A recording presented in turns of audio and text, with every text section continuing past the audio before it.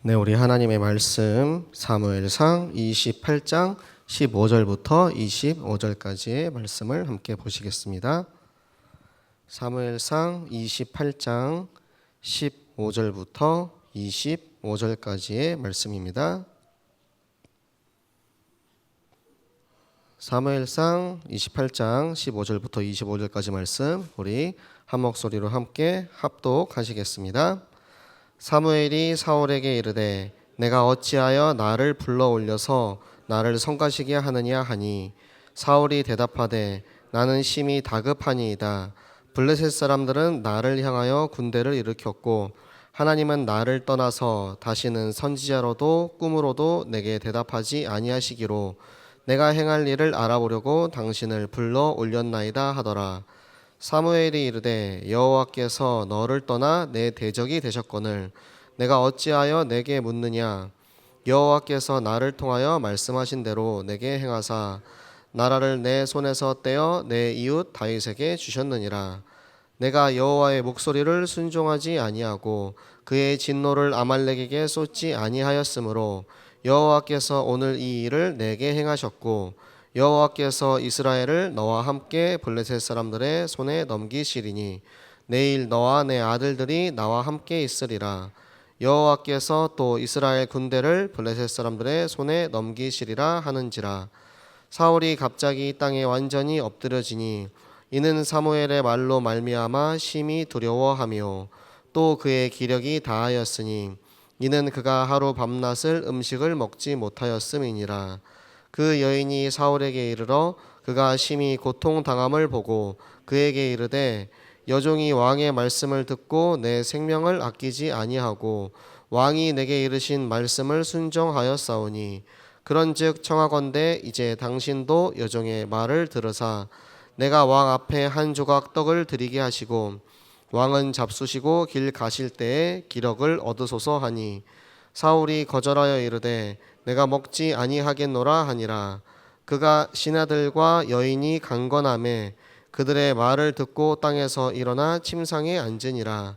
여인의 집에 살찐 송아지가 있으므로 그것을 급히 잡고 가루를 가져다가 뭉쳐 무교병을 만들고 구워서 사울 앞에와 그의 신하들 앞에 내놓으니 그들이 먹고 일어나서 그 밤에 가니라.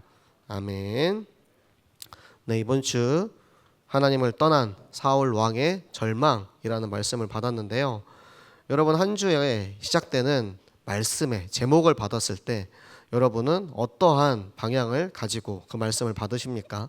이번 주는 절망에 대해서 이제 제목이 있잖아요. 그러면은 그 말씀을 받으면서 나는 그러면은 이 사울 왕처럼 절망하지 말아야지. 이게 이제 바람직한 성도의 자세인데 나에게도 이러한 절망이 찾아오면 어떡하지? 라고 걱정하고 고민하는 거는 이제 우리가 두려움 속에 빠져들어서 이제 사단에게 속는 것입니다. 그래서 여러분이 한 주간 이 말씀을 딱 받았을 때 이번 주 강단의 말씀에서 내가 절대 절망하지 않을 하나님의 말씀을 주시는구나 라는 그런 확신 가지고 여러분이 한 주간 말씀을 누리고 말씀이 여러분 현장에 모두 성취되는 여러분의 삶이 되시기를 바랍니다. 자, 우리 하나님과 함께하는 사람의 축복을 하나님과 함께 할 때 어떠한 축복을 주시는지 우리가 강단을 통해서 또 들었습니다.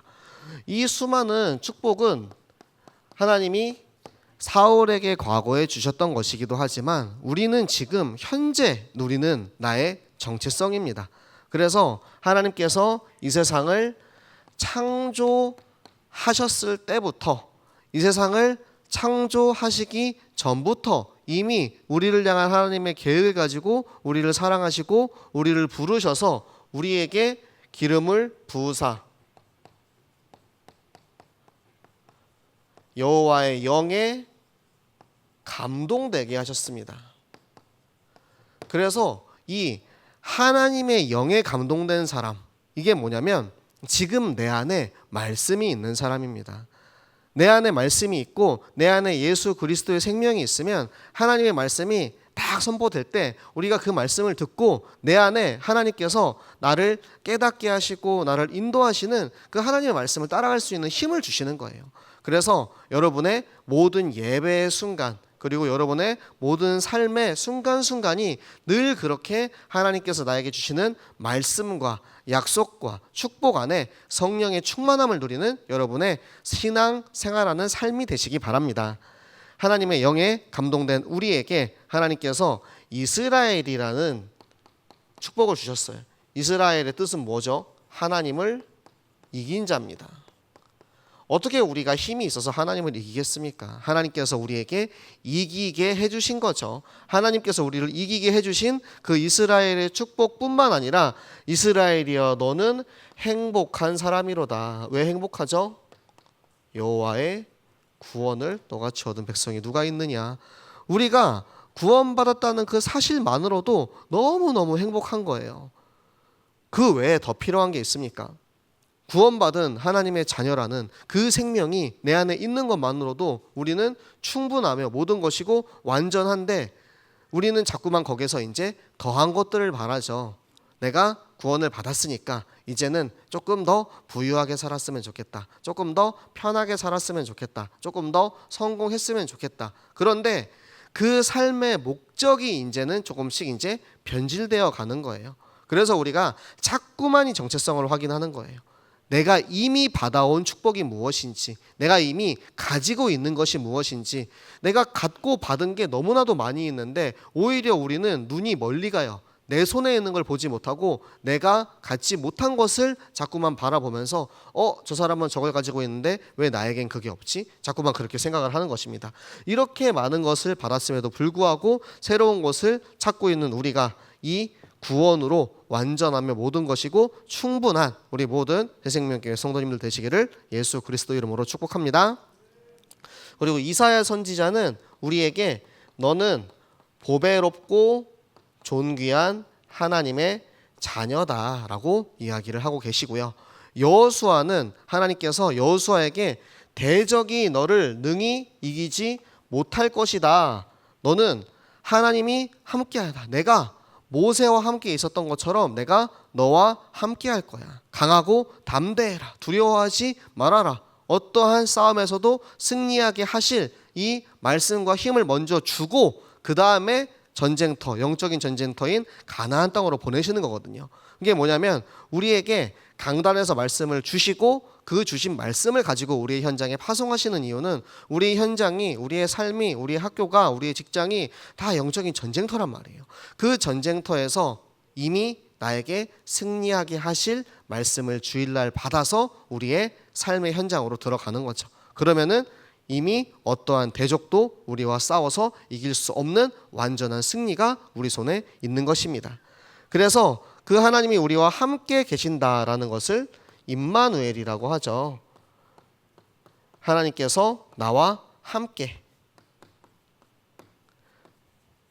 지금 이 시간 이 자리에도 내 안에 살아계셔서 나와 함께하고 계시는 예수님, 그 예수님이 나와 함께 하신다라는 그 확신을 가지고 내가 누구인지, 무엇을 위하여 어떻게 살아야 하는지 그 정체성의 확신을 가지고 예배에 승리하는 여러분들 되시기 바랍니다.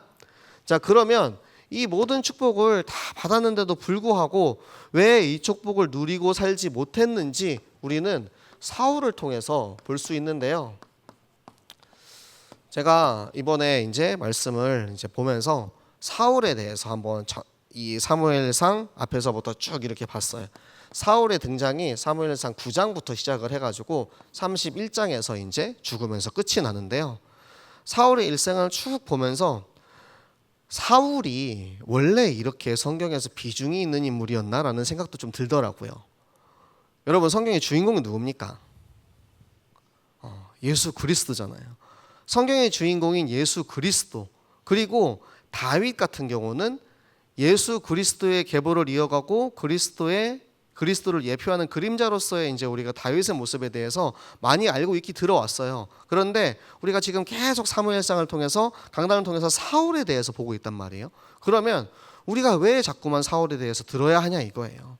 왜 우리가 사울왕을 통해서 강단이 흘러가고 있다라는 그 사울을 통해 내가 얻어야 하는 하나님의 뜻, 하나님의 계획이 무엇인지 사울의 일생을 쭉 한번 이렇게 돌아보는 거예요. 사울의 탄생, 사울의 아버지는 기스죠. 기스의 아들로 태어났습니다. 기스의 아들로 태어난 사울인데 이 아버지가 암나기를 잊어버렸어요. 암나기를 잊어버려서 야 사울아 가서 암나기를 좀 찾아오너라 하고 이렇게 보냅니다. 그러니까 사울이 이 몸종 하나 데리고 암나기를 막 찾아러 가는 거예요. 근데 아무리 찾아도 이 암나기가 보이지가 않아. 그러니까 이 종이 이야기를 하죠. 주인이시여, 저기 선견자라는 사람한테 가서 물어보면은 그 사람은 다 안 됩니다 해가지고 이제 가서 만난 게 바로 사무엘이었습니다. 사무엘과의 만남이 그렇게 하나님의 인도 안에서 사무엘과 만남이 있었던 거예요. 그 사무엘은 근데 하나님께서 미리 사울이 올 거라는 것을 알려주시죠. 미리 알려주셔가지고 내일 너한테 사울이라는 친구가 올 거야. 그 친구에게 기름을 부어서 왕으로 세워라. 그래서 하나님께서 사무엘을 통해서 사울에게 기름을 부어주십니다. 기름을 부음으로써 이제 하나님께서 세우실 왕의 축복을 받은 거죠.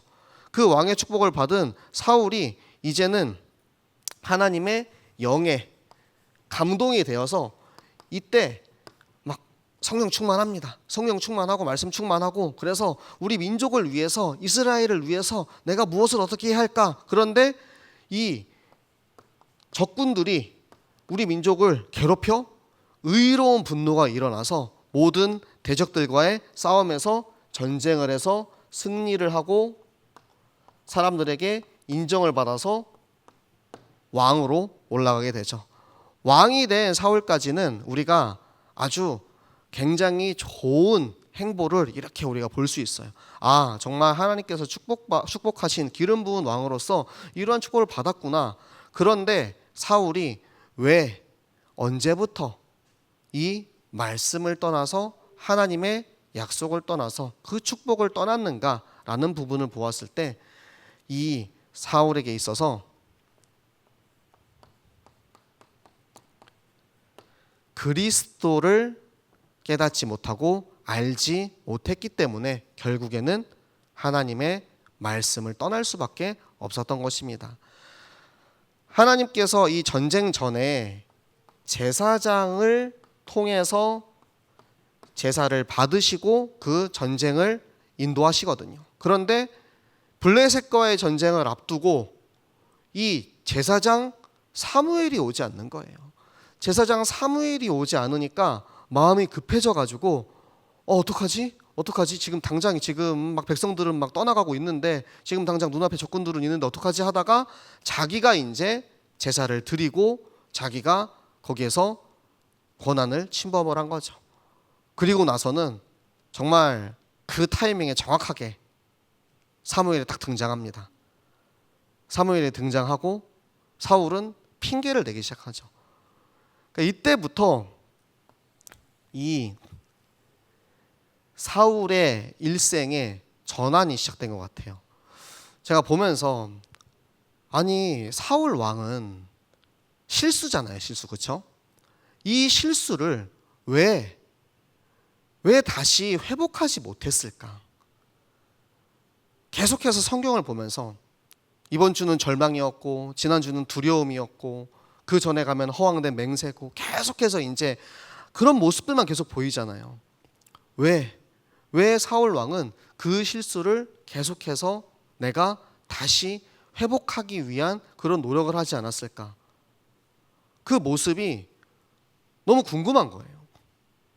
사울은 다윗은 회복했잖아요. 여러분 우리가 알고 있잖아요. 다윗이 똑같은, 여러분 여기 시작 부분까지는 사실 다윗도 비슷해요. 다윗도 가난한 목수의 아들은 예수님이죠. 자, 양치기로서 이제 양을 치고 있다가 아빠가 불러가지고 왔는데 사무엘 선지자가 바로 이 친구가 내가 찾던 그 사람이다 하고 이제 기름 부음을 받고 여호와의 영에 충만하게 이제 그런 감동을 받고 그리고 나서 블레셋의 전쟁에서 골리앗을 쓰러뜨리고 그러면서 이제 굉장히 잘 나갈 때 그때 사울이 자기를 죽이려고 드니까 그걸 두려워가지고 피해서 도망치다가 거짓말도 하고 문제도 일으키고 미친 척도 하고. 그런데 그 다윗에게는 하나님 앞에 엎드리는 시간이 있었어요. 하나님과 나의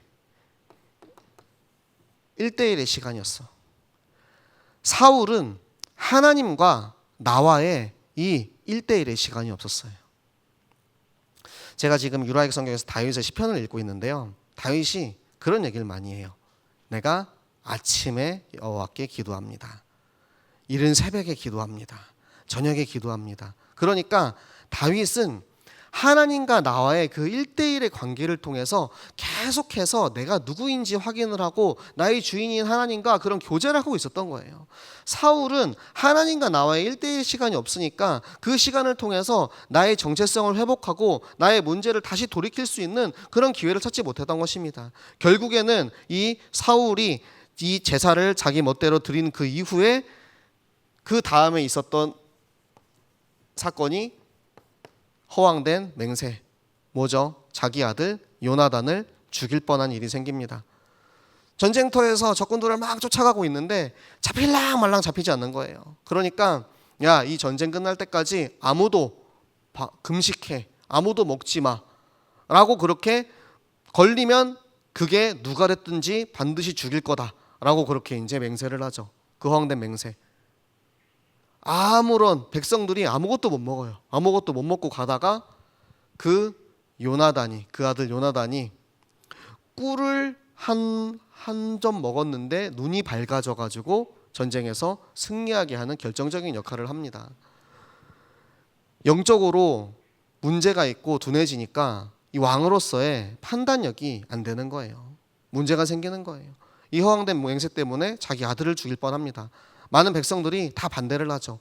아니, 지금 이 전쟁을 요나단 때문에 이겼는데 어떻게 요나단을 죽일 수가 있냐, 그러면서 다 반대를 하고 장로들이 반대를 하니까 결국에는 죽이지 못하고 이 사울왕이 자기의 그 말을 내뱉었던 거를 철회하게 됩니다. 사실은 왕으로서 굉장히 쪽팔린 일이에요. 권위가 상하는 일입니다. 그 당시의 왕은 절대적인 왕권을 가지고 있는 그런 시대인데 왕이 한 그 이야기를 다시 철회한다? 그것에 대해서 자존심이 아주 많이 상했을 수도 있어요. 자기가 잘못을 했던 이 허황된 맹세 때문에 그렇게 요나단을 죽일 뻔하고, 결국에는 하나님께서 이 아말렉과의 전투를 통해서 네가 저 아말렉 군을 쳐들어가서 싹 다 진멸해버리고 다 불태워버려라 라고 명령을 하십니다. 그런데 어떻게 합니까? 가서 전쟁에서 승리하긴 했어요. 승리하긴 했는데 그것을 가지고 이제 내가 좋은 것들을 먼저 챙겨놓고, 그리고 자그마한 거, 안 좋은 거 다 불태워놓고, 하나님, 제가 하나님한테 드리려고 따로 빼놨어요 라고 이야기를 합니다. 하나님이 나한테 좋은 것을 가져오라고 한 적이 없어요.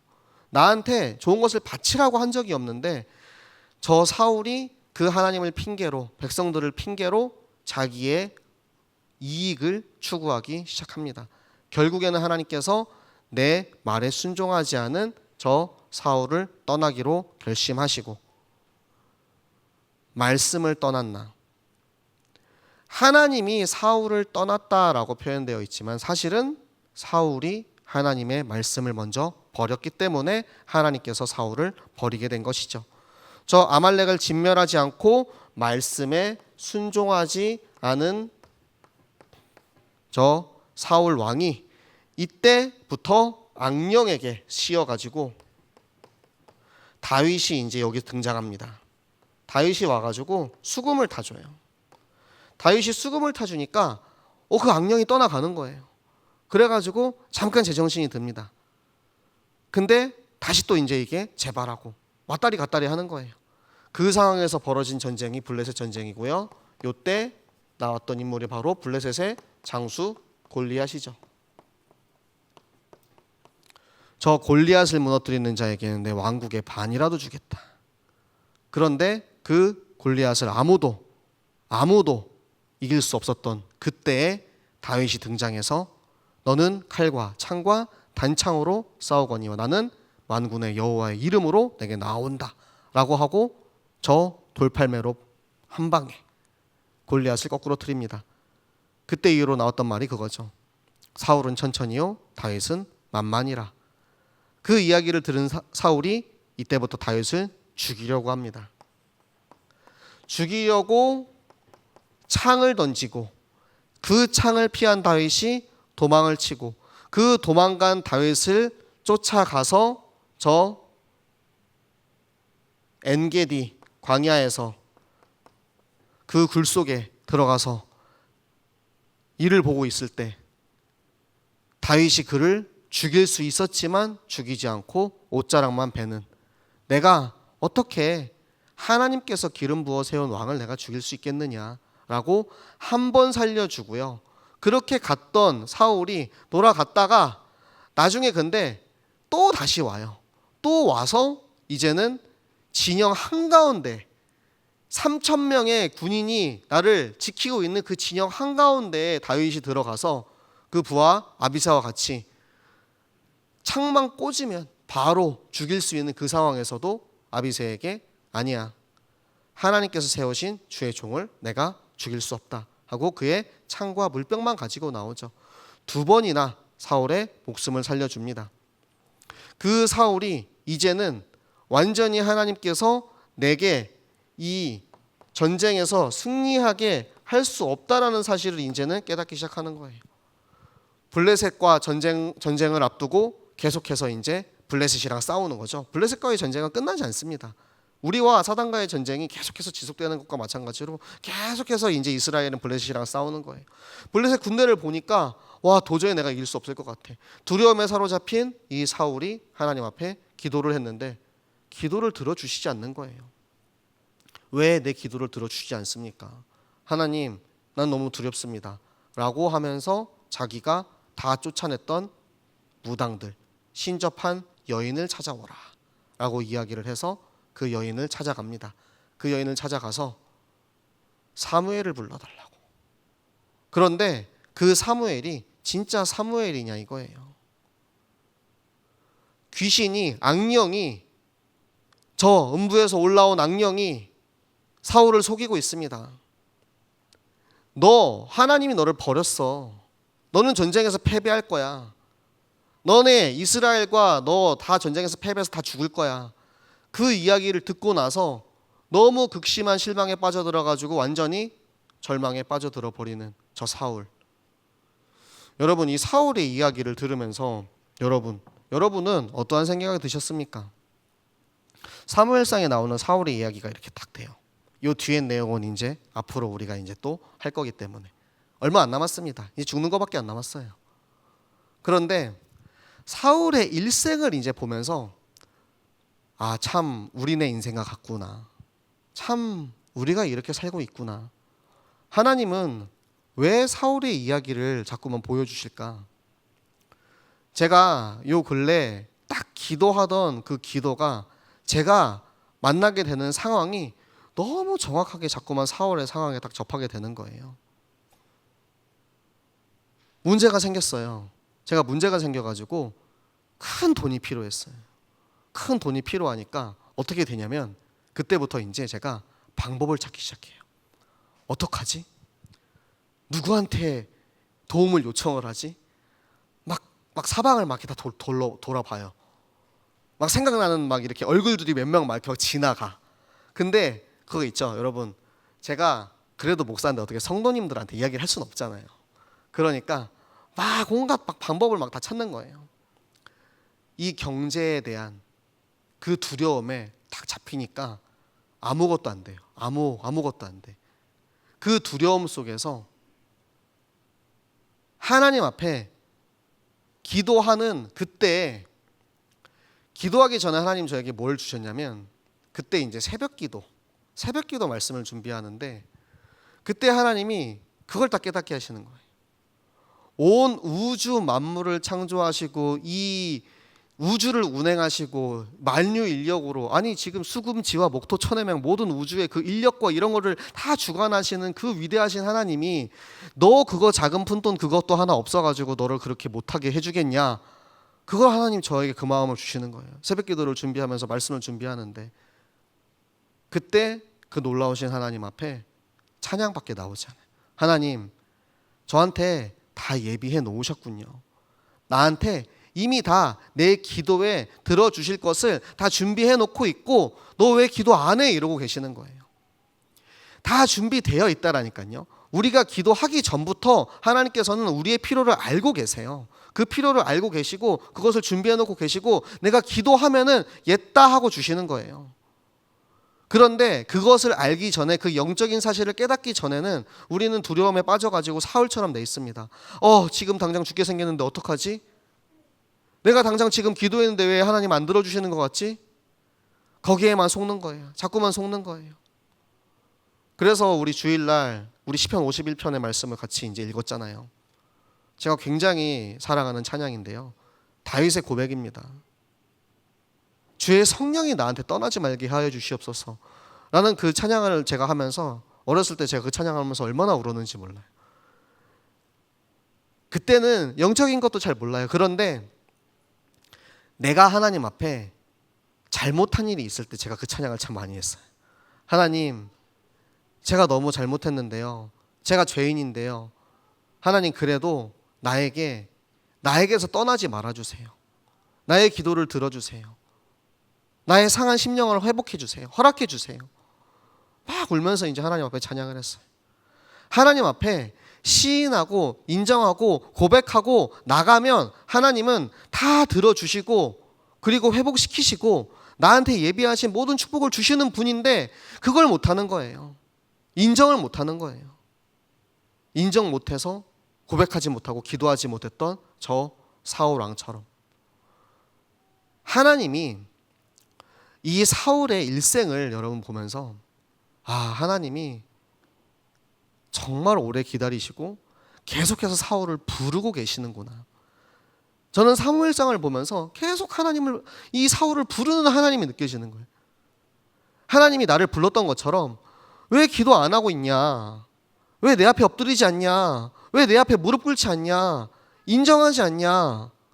말만 하면 내가 다 들어줄 건데 인정하고 고백하고 나오면 되는데 왜 그렇게 하지 않냐? 저한테 책망하는 소리도 들리는 거예요. 사울을 보면서.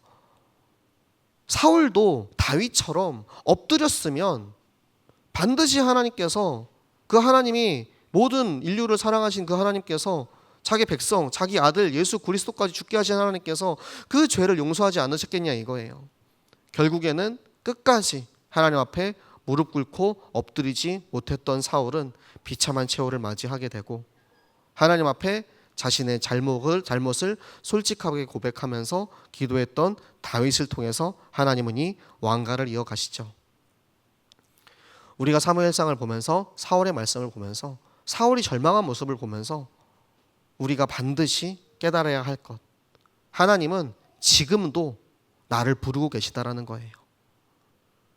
우리 가운데 사울처럼 지금 살고 있는 사람이 있을 수도 있어요. 저는 사울 보면서 지금 살아있지만 살아서 지옥 같은 삶을 사는구나. 죽어서 가는 곳이 지옥이다, 이게 문제가 아니고 구원받은 하나님의 자녀로서 기름 부음 받은 왕으로서 정신이 오락가락해요. 다윗을 죽이겠다 하면서 너희 놈의 자식하고 죽이려 가다가도 다윗이 왕이시여 내가 당신을 죽이려다가 말았습니다 라고 이야기하면은 아이고 내 아들 다윗아 내가 너를 잘못 알았구나, 네가 왕이 돼야 된다. 치매 환자랑 다를 게 뭐가 있습니까? 계속 왔다리 갔다리 해요. 정신 못 차려요. 사단에게 속아서 질질질 끌려다니는 삶.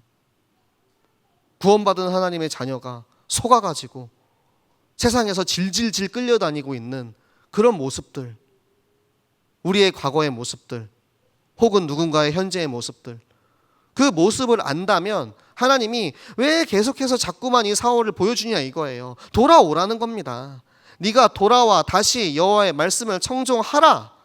우리에게 여호와의 말씀을 청종할 수 있도록 계속해서 기회를 주시는 거예요. 가장 큰 기회를 주시는 것이 아말렉이었습니다. 아말렉 전쟁에서 승리하게까지 하셨잖아요. 완전히 다 일을 해결해 놓으셨잖아요. 그냥 거기서 라이터로 불 한 번만 사르면 돼. 쌓아놓고 불만 지르면 돼. 근데 그걸 못했어요. 그거 하나를 못했어. 그 작은 것 하나, 그 작은 하나의 차이가 사울과 다윗의 차이를 만들었습니다. 여호와께서 나와 함께 하실 때 누릴 수 있는 모든 축복을 다 발로 뻥 차버린 사울과 내가 너무나도 힘들고 어려울 때 하나님 앞에 무릎 꿇고 기도하면서 나의 죄를 고백했던 그 다윗의 차이. 우리는 사울의 신앙생활이 아닌 다윗의 신앙생활을 회복하시기 바랍니다. 내가 다윗이 되면, 내가 설령 지금까지 사울처럼 실수하며 살았을지라도 하나님 앞에 인정하고 고백하고 날 다 드리면, 하나님 제가 너무 부족했습니다. 제가 실수했습니다. 하나님 이제는 제가 정말 다시 돌이켜서 말씀대로 살아가겠습니다. 고백하면 하나님 또 속아주신다니까요. 왜 속아주신다라고 표현했냐면, 그리고 나서 우리 또 속을 거 아니까. 몇 번이고 반복되지 않았습니까? 제가 20살 때 처음 이제 예수님을 만나고 예수님을 인격적으로 영접하고 뜨거운 예수님과의 만남이 있은 후에 저는 정말 나의 평생을 예수님을 위해 살겠습니다 라고 그렇게 고백했어요. 그리고 나서 얼마 못 갔어요. 얼마 못 가서 다시 또 이제 세상 속에서 흥청망청 살고 있는 내 모습을 발견을 해요. 흥청망청 몇 년 동안 살다가 그때 또 제가 첫 단기 선교를 갔어요. 첫 단기 선교를 갔는데 2003년도에 제가 20살이었으니까 2007년도에 4년이 걸렸네요. 4년.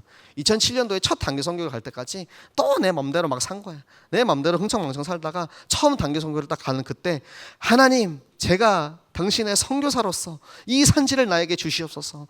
내가 주님의 선교사가 되겠습니다. 막 고백하고 막 성령 충만해가지고 선교지에 가가지고 막 사람들 막 귀신도 쫓아내고 막 병든 자도 막 일으키고 막 하나님 막 체험시켜 주시는 거예요. 막 성령의 역사가 막 일어나는 거예요. 막 그런 걸 보면서 진짜 하나님 정말 살아계시는구나. 근데 그렇게 살다가도 또 몇 년이 지나고 나서 또 잊어먹고 또 까먹고 또 속아가지고 또 떠나 있다가 그렇게 왔다리 갔다리 하다가 제가 2017년도에 이제 신학을 하기로 하고 여기 한국에 들어왔습니다. 지금도 왔다리 갔다리 할 때가 많아요. 지금도 실수할 때도 많고요. 앞으로 우리의 평생, 저의 평생은 계속해서 그런 영적 정적 전쟁이 반복될 거라는 것을 알고 있습니다. 하지만 확실한 것, 한 가지 확실한 것, 하나님은 정말로 살아계시고 그 살아계시는 하나님이 계속해서 나와 함께하고 계시고 계속해서 나를 부르시고 내가 잘못될 때, 내가 엇나갈 때 이 말씀을 가지고 계속 깨닫게 하시는 거예요. 두드리시는 거예요. 야, 정신 차려. 정신 차려. 너 저 사울의 두려움을 봐. 네가 지금 돈 없다고 두려워서 벌벌 떨고 있었지. 이번 주 사울이 두려워서 어떻게 했어? 너 두려움에 빠지면 안 돼. 인본주의에 빠지면 안 돼. 말씀으로 돌아와. 내 앞에 무릎 꿇고 엎드려. 내가 다 준비해 놨다니까. 그러니까 아니 어쩜 이렇게 하나님이 기가 막히게 하나씩 모든 것을 완벽하게 준비해 주시는지 그것이 너무나 놀라운 거예요. 그게 특별한 새로운 것이 아니에요. 뭐 새로운 걸 줘가지고 제가 어느 날 갑자기 유튜브를 보고 있다가 지나가다가 알고리즘이 떠가지고 어느 뭐 교회 막 목사님 말씀을 들었는데 그 말씀을 듣고 막 굉장한 깨달음을 얻었어. 이게 아니고요. 그냥 물 흐르는 대로 흘러가고 있는 강단을 통해서 하나님이 답을 다 준비해 놓으셨다라는 것을 보여준다니까요. 그게 매주 우리에게 성취되는 하나님의 말씀입니다. 저처럼 큰 문제가 있을 필요도 없어요. 문제가 있었기 때문에 제가 그것에 대해서 증인으로 말씀을 드리는 거지 큰 문제가 있는 게 아니고 우리는 날마다 그렇게 한 걸음 한 걸음 하나님이 나에게 말씀을 성취하는 것을 체험하고 살아가고 있습니다. 그 말씀을 성취하고 체험하는 것의 가장 직접적인 현장이 바로 성경학교입니다.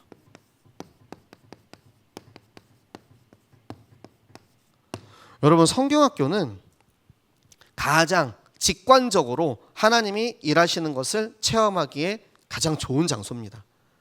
그래서 성경학교 현장에서 하나님이 어떻게 일하시는지를 여러분들 자꾸 찾아보시기 바랍니다. 성경학교의 이 축복 속에 여러분이 한 명도 빠지는 사람이 없으시기 바랍니다. 그러려면 성경학교를 왜 해야 되는지 우리가 그것에 대한 정체성이 있어야겠죠. 왜? 성경에서 성경학교를 하고 계시고 하나님이 우리에게 약속하신 축복을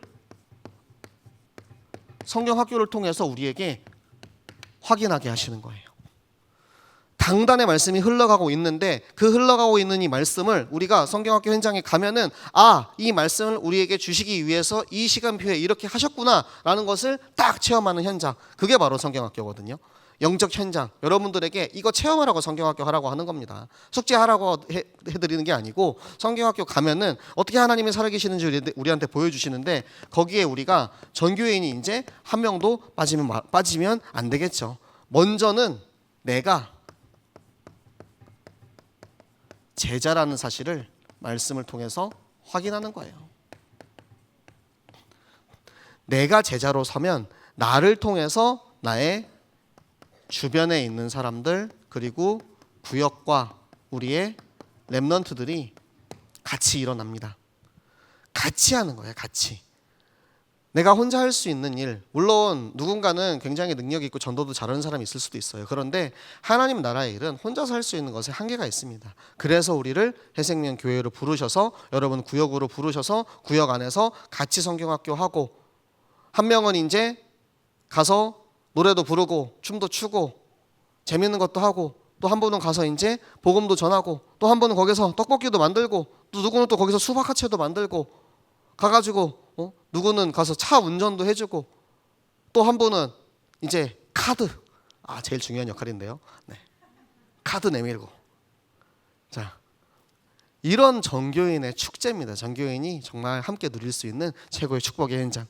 그것을 우리가 이제 어린이를 살리는 일에 쓰이는데요. 이 어린이들 통해서 나보다 더 나은 제자가 세워지게 됩니다. 나보다 더 나은 제자가 세워지게 되는데 이게 이제는 내 자손과 내 자손이 함께 영원한 이 언약의 길을 같이 걸어가는 거예요. 전도 운동은 끝이 마태복음 24장 14절에서 그때 끝이 나거든요. 저는 제가 살아있을 때 왔으면 좋겠어요. 내가 아직 천국 가기 전에 예수님이 오시기를 기다리고 있어요.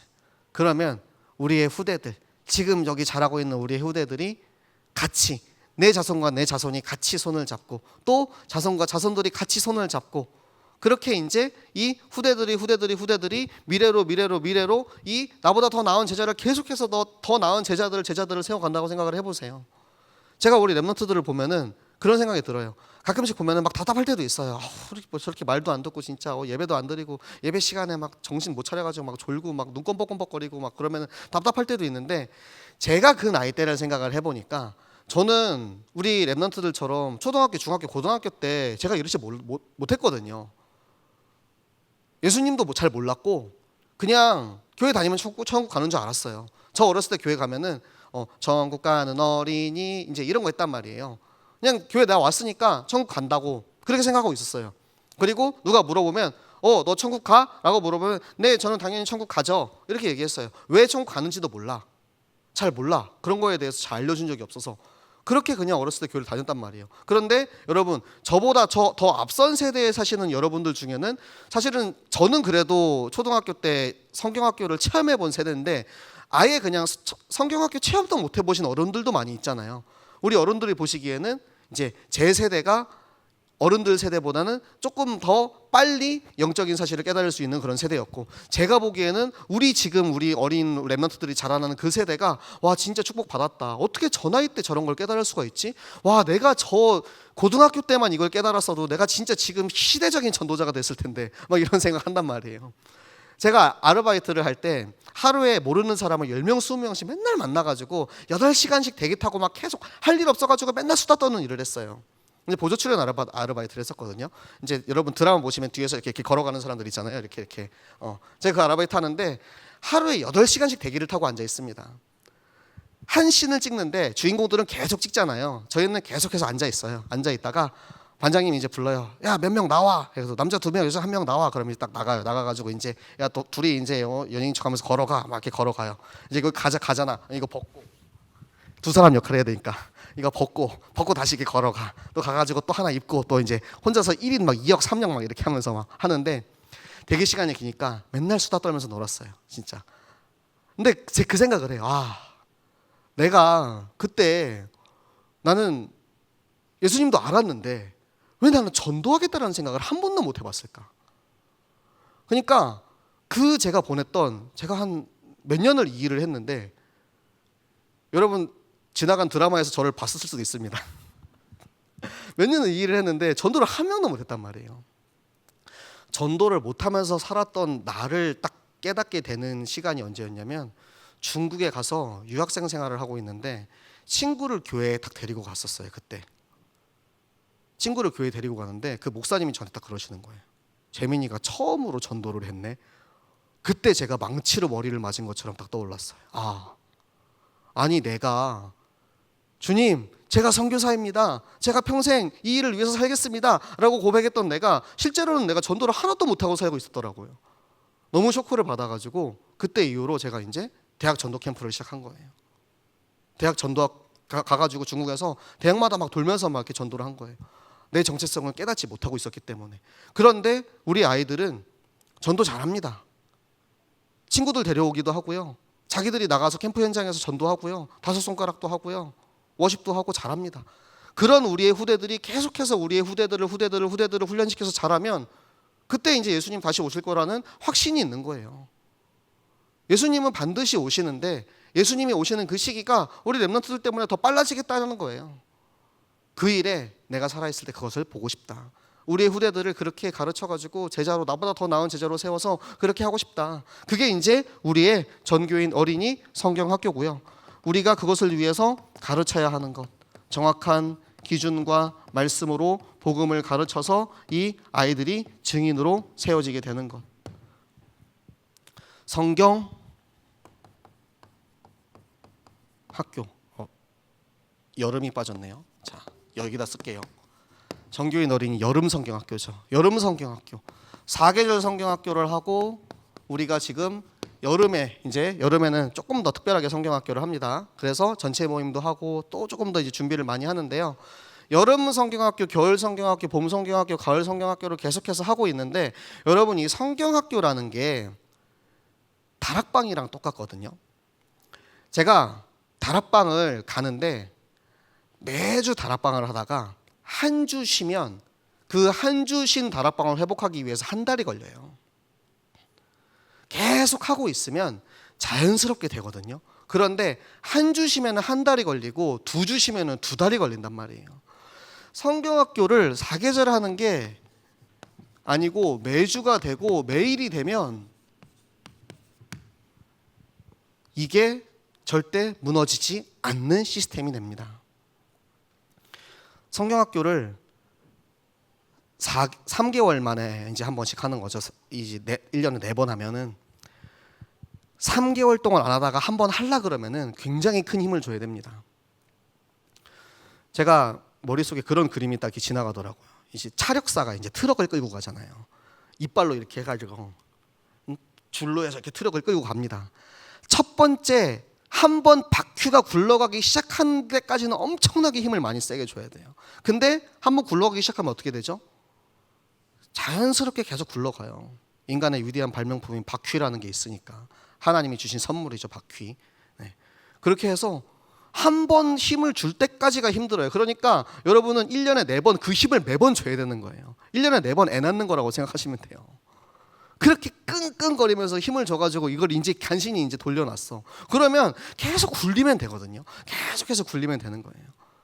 무언가 우리가 특별한 것, 대단한 것, 새로운 것을 하기 위해서 한 번에 힘을 모아가지고 하는 게 아니고 자연스럽게 계속해서 지속해 갈 수 있는 것이 여러분의 여름 성경학교가 되시기 바랍니다. 여러분 운동을 한번 하러 가려면은 굉장히 큰 결심을 해야 돼요. 저 같은 경우는 이 근처에서 이제 할 수 있는 운동이 몇 개 없습니다. 그냥 등산을 가요. 근데 등산을 가는 걸 제가 정말 죽는 것처럼 싫어해요. 너무 싫은데 할 수 있는 게 별로 없어. 그러니까 운동은 해야겠고, 또 저희 이제 비전 트립 팀은 매일 이제 매주 운동 그 인증샷을 찍어서 올려야 되거든요. 훈련에 이제 오력을 다 훈련해야 되니까 비전 트립 팀 다 운동한 거 사진 찍어서 올리세요. 그럼 나도 해야 되니까 이제 엄지사모랑 억지로 이제 산에 올라가요. 올라가가지고 이제 억지로 이제 사진 찍어가지고 이렇게 올립니다. 왜? 훈련을 해야 되니까. 그런데 우리 랩런트들도 비슷하더라고요. 이렇게 올리는 거 보면은 뭐 윗몸 일으키기 15개. 작년에 한 친구 인도네시아 가기 전에는 어떤 친구는 저는 숨쉬기 운동했습니다 이렇게 올리는 친구도 있었어요. 처음에는 근데 제가 많은 것을 바라지 않았어요. 그래 일단 우리가 시작이라도 하자. 시작이라도 해가지고 그런 다음에 조금씩 늘려가자. 그런데 제가 이제 운동을 계속 하다 보니까 저는 이제 운동을 바꿨어요. 이제 농구하는 걸로 바꿨거든요. 제가 좋아하는 거를 하니까 하러 가게 돼요. 내가 큰 마음을 먹고 하려고 그러면은 힘들어요. 내가 큰 마음을 먹고 옷도 챙겨 입고 뭣도 하고 하려고 하면은 도중에 지겨워 못하겠어. 그런데 너무 재밌어. 너무 행복해. 또 하고 싶어. 그러면은 계속해서 할 수 있게 되는 거예요. 성경학교에 대해서 우리가 내가 굳이 어마어마하게 마음을 먹고 힘을 내가지고 성경학교를 하자 이게 아니고 자연스럽게 늘 했던 것처럼 편안하게 같이 우리 랩런트들이랑 맛있는 거 사 먹고 쭈쭈바 사 먹다가 옆에 있는 아이들 있으면은 분식집에서 너는 어디 학교 다니는 누구니? 이러면서 그렇게 이야기하고 편안하게 어렵지 않게 그렇게 성경학교 하시다가 이제는 이게 학교에 대해서 제가 왜 따로 떼어놨냐면 토요스쿨을 준비하면서 제가 그 생각을 했어요. 토요 스쿨이잖아요. 저는 스쿨이라는 그 이름을 가지고 토요스쿨 랩런트 토요스쿨을 준비를 하면서 기도했을 때 학교는 시스템이다. 일회성이 아니다. 커리큘럼을 가지고 이번 학기만 보는 게 아니고 이번 학기뿐만 아니라 다음 학기 앞으로 계속되는 시스템을 놓고 이제 준비를 해가야 된다는 거예요. 성경 학교도 마찬가지로 일회성 한 번 하고 마는 것이 아니고 이번에 이 아이들과 모아서 함께 나누었던 것을 가지고 또 다음번에 이 아이들과 함께 무엇을 계속해서 지속해 나갈 수 있을까라는 그 그림을 가지고 여러분이 시작하셨으면 좋겠어요. 그래서 이번에는 2번, 많이 바라지 않겠습니다. 한 번 하던 거 2번, 한 번 하던 거를 한 번만 더 하시기 바랍니다. 그래서 이제 구원의 길도 하고 여러 가지 할 수 있지만 이번에는 선교사 이야기를 여러분 같이 준비하셔가지고 또 저희 이제 교육자랑 우리 랩런트 기획팀에서 함께 준비를 할 거예요. 선교사 이야기 그리고 우리 랩런트 7명에 대해서 어떻게 하면 이 학교의 시스템을 계속해서 지속해 나가서 이 아이들에게 오늘은 요셉 했으니까 다음에는 누구 할까? 자연스럽게 다음 모임이 준비될 수 있는 그렇게 해가지고 저는 뭐 다락방 할 때도 이렇게 지속하는 다락방도 있지만 딱 기간을 정해놓고 하는 다락방도 있거든요. 우리 딱 10번만 만납시다. 딱 그렇게 해요. 복음 편지를 할 때는 10번에 대한 기한을 딱 둬요. 10번만 만납시다. 10번 끝나면은 끝. 이제 10번 다 지나고 나면은 이제 새로운 교재를 이제 꺼내죠. 이제 한 주 쉬고 다음부터는 또 이거 합시다. 이렇게 하긴 하는데 이 기한 예를 들어서 얘들아 우리 7번만 만날까? 얘들아 우리 2번만 만날까? 얘들아 우리 다음 주에는 이거 할까? 이렇게 해가지고 진짜 이 학교의 시스템으로 무너지지 않는 시스템으로 여러분의 성경 학교가 지속되는 절대 시스템으로 세워질 때까지 조금씩만 더 갱신하고 발전시켜서 하나님이 원하시는 이 전도 운동, 하나님이 이 땅에 성취하기 원하시는 하나님의 계획에 내가 쓰임 받을 수 있도록, 그 일에 우리 구역이 쓰임 받을 수 있도록, 그 일에 우리 해생명 교회가 쓰임 받을 수 있도록 하나님께서 우리에게 예비해 놓으신 이 강단의 축복이 흘러가는 그 자리에 나와 우리 모든 전교인이 다 들어가서 말씀 성취의 현장에 우리 한 명도 빠짐없이 전교인이 다 같은 내 자손과 내 자손 사이에 여호와께서 영원히 함께 계심을 우리가 체험하는 새생명교회 되시기를 예수 그리스도 이름으로 부탁을 드립니다. 네, 우리 같이 기도하도록 하겠습니다. 우리 기도하실 때 먼저는 나에게 주시는 정체성을 놓고 여러분 기도하시기 바랍니다. 가장 중요한 건 내 정체성이 확실해야 됩니다. 하나님께서 나에게 주시니 이스라엘로서 구원받은 하나님 자녀로서 나와 함께 하시는 이 정체성에 내가 온전히 사로잡혀서 내가 누구인지 내가 지금 사울 같은 상황에 있는지, 내가 다윗같이 하나님 앞에 솔직하게 무릎 꿇고 다 고백하면서 축복을 받고 있는지 나를 돌아보게 하시고, 내가 아직까지 부족하다면 하나님 나에게 말씀을 주시고 말씀에 순종할 수 있는 믿음을 주시고 그 믿음에 따라서 기도할 수 있는 영적인 힘을 허락하사 우리가 성경학교 현장에 갈 때까지 우리의 모든 성경학교가 항상 행복하고 지속할 수 있는, 우리 모든 어린이들이 거기서 훈련을 받고 나보다 더 나은 제자로 세워지는 전교인 어린이 여름 성경학교의 축복을 누리게 하여 주시옵소서. 우리 함께 같이 기도하도록 하겠습니다. 살아계신